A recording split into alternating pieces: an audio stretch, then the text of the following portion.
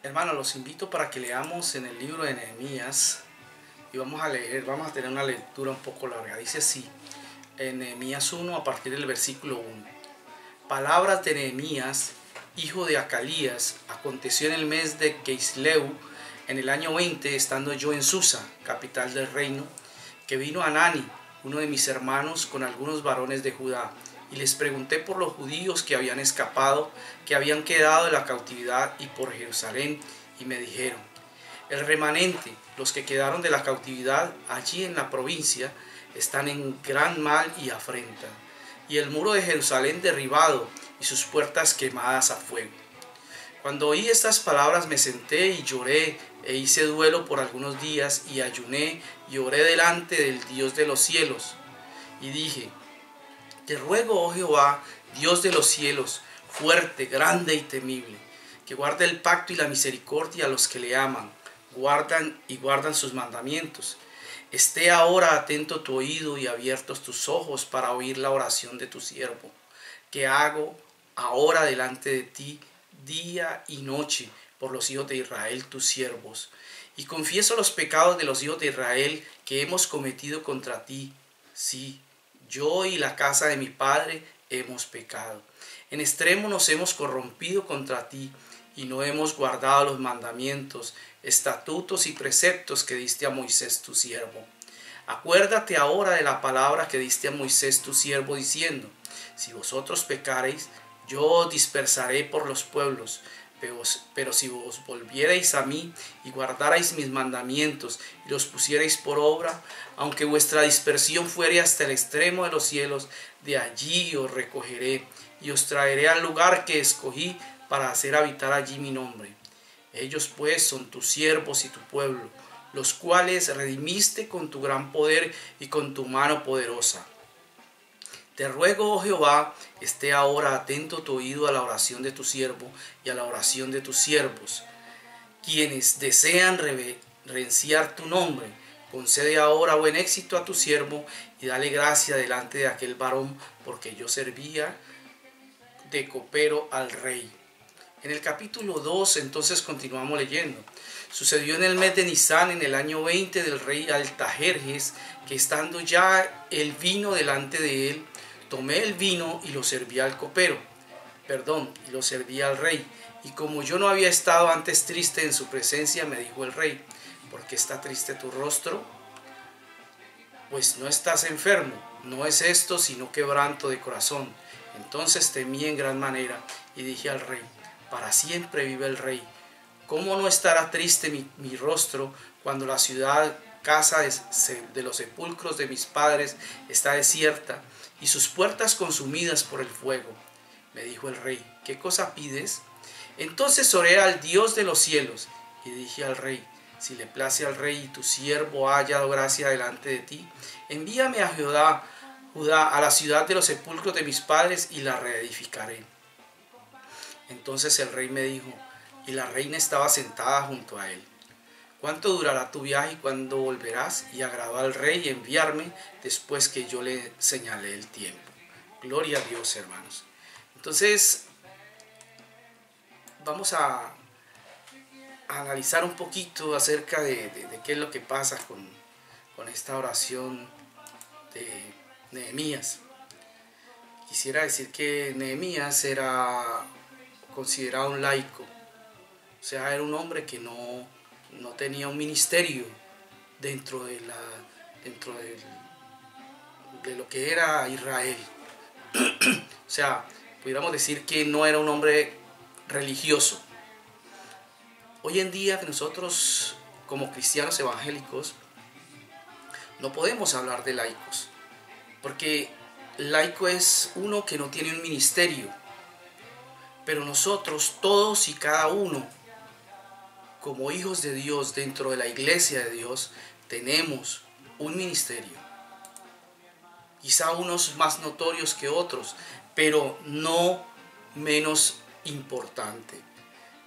Pudiéramos pensar en una persona que quizá el Señor le ha concedido la habilidad de orar. A otro quizá le da el gozo de poder servir en el templo, de poder barrer, de poder hacer cosas sencillas que pueden servir a otros hermanos. Y cada uno tiene una función dentro de la iglesia, cada uno tiene algo que hacer. Y hablando acerca de este hombre, de este Nehemías y su oración, este hombre fue quien el Señor reconstruyó para reconstruir las murallas de Israel, las murallas de Jerusalén. Vemos cómo este hombre, dice la palabra de Dios, que se sentó y oró. Hermanos, es que no hay que esperar para orar. No hay necesidad de buscar una posición especial. El Señor nos escucha cualquiera que sea nuestra posición y cualquiera que sea nuestro lugar donde nos encontremos, en nuestro trabajo, en nuestro estudio, en donde quiera que estemos, debemos acercarnos a nuestro Dios en oración. También podemos ver en la oración de este hombre Nehemías que él muestra un interés por sus hermanos. A él siente dolor por esto que les está aconteciendo. Dice que lloró, porque sintió dolor al saber que sus hermanos estaban mal. Pero él no se conformó simplemente con el hecho de decirle que Dios te bendiga, como muchas veces hacemos nosotros, sino que él buscó una solución. Y esa solución no la buscó en sus capacidades, sino que acudió a ese Dios que él conocía, a ese Dios con el cual él tenía una relación. Quizá no tan personal como hoy en día la podemos tener usted y yo, porque en verdad la relación de él habla de cierta lejanía, de esa relación con Dios, porque él dice al Señor, al Dios de los cielos, dice él. ¿Y por qué lo dice, hermanos? Él se refiere al Dios de los cielos porque resulta que después que la gloria Shekinah salió del templo, para ellos era como si Dios los hubiera dejado solos. Y entonces a partir de ahí ellos veían a Dios allá arriba, lejos. Para nosotros hoy en día nuestro Dios es tan cercano, pero tan cercano que incluso está dentro de nosotros. Nosotros convivimos con Él y no importa dónde estemos, dónde vayamos, ahí Él nos acompaña. Podemos contar con Él. De hecho, hoy en día sabemos que también estaba con Nehemías. Pero Nehemías tenía en su corazón ese sentido de alejamiento. ¿Ya? Pero gloria a Dios porque hoy nosotros podemos percibir la presencia de nuestro Dios con nosotros, porque hoy podemos nosotros gozar de esa bendición que nos regala el Señor, de su presencia permanente. Y además, no solamente esa presencia, sino de saberlo, de enterarnos de que ahí está nuestro Dios, cada momento con nosotros. También pudiéramos decir que Nehemías, cuando ora, no solamente dice, Señor, bendícelos, cuida de ellos, Señor, haz esto, haz lo otro por ellos, sino que Él se mete dentro de los problemas de sus hermanos y se incluye dentro del mismo problema. Él dice, hemos pecado contra ti. Él no dice, ellos pecaron, no, hemos pecado contra ti.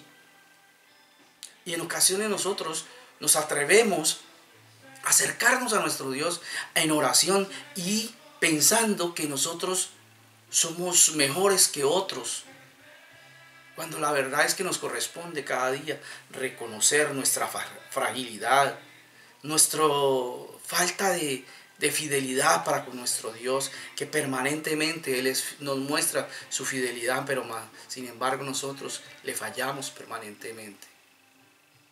Gloria a Dios porque su fidelidad es constante para con nosotros. No es que dependa de nosotros. Si dependiera de nosotros, hermanos, ya no contábamos con Él. Pero esa oración de Nehemías nos hace recordar que Él se puso ahí en la parte que le correspondía, y era de decir: yo he pecado contra ti. Cuando nos acerquemos a nuestro Dios, hermanos, nosotros también reconozcamos que llegamos ante nuestro Dios, ante la presencia misma de nuestro Dios. Y el apóstol Pablo dice: al cielo mismo nos acercamos. Esto es, hermanos, mediante la sangre de nuestro Señor Jesucristo. Es su sangre la que realmente hace que nosotros, hermanos, podamos disfrutar de ese gozo, de esa alegría, de saber que entramos directamente a la presencia de nuestro Dios. Hermanos, también podemos considerar cómo este hombre utiliza la palabra de Dios, el conocimiento de la palabra de Dios y sus promesas. Y así como reconoce que en la palabra de Dios se había cumplido, que al fallarle el pueblo de Israel, el Señor lo había lanzado fuera de la tierra, asimismo le hace memoria al Señor, aunque el Señor ya lo sabe. Pero él hace memoria al Señor de que de igual manera, así como los había sacado, ahora ellos estaban arrepentidos y querían recibir de nuevo esa bendición del Señor, de poder adorarlo, de poder bendecirlo, de poder glorificar su nombre allí, en ese lugar que para ellos se había constituido en parte de la relación con Dios. También pudiéramos decir que este hombre no ordena. Yo particularmente escucho permanentemente oraciones donde se le ordena a Dios, o se ordenan milagros, y el Señor nos da poder, sí, hermanos, pero debemos reconocer que ese poder es dado a través de la sangre de Cristo, y no somos nosotros quien actuamos. Es Dios que se place en actuar a través de nosotros, y nosotros, siendo simplemente vasos, Él nos utiliza. Por eso debemos entregarle siempre a Él toda la gloria y toda la honra, porque Él es el único merecedor de ella. Entonces Él no le pide, no es que le ordena a Dios, sino que le pide, le ruega. En la segunda oración de la cual quisiera hacer mención, la encontramos en el capítulo 2. Y está en el capítulo 2 y versículo 4. Dice así: me dijo el rey: ¿qué cosa pides? Entonces oré al Dios de los cielos, gloria a Dios, y dije al rey: si le place al rey tu siervo y tu siervo ha hallado gracia delante de ti, envíame a Judá, a la ciudad de los sepulcros de mis padres, y la reedificaré. ¿Y cuál fue la oración de Nehemías? ¿Cuál fue esa oración? ¿Qué dijo Nehemías? ¿Qué tiempo tenía él para hacer una oración pensando unas palabras específicas, unas palabras bonitas, algo maravilloso? No. Él simplemente, pienso yo, dijo: ayúdame, Dios mío, o Señor, no sé, no pudiera decir qué, pero fue algo que salió de su corazón. Pero el Señor entendió que quería en ese momento Nehemías, y el Señor le escuchó.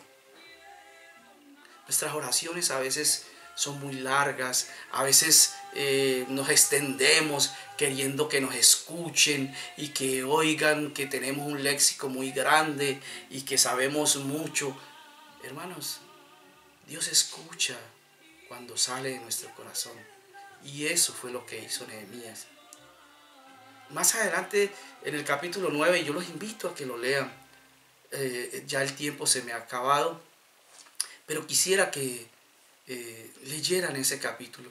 Y hay una oración mucho más larga, y también es una oración maravillosa, es lindo Gracias al Señor por su compañía y por contar con ustedes, hermanos. Que el Señor les bendiga.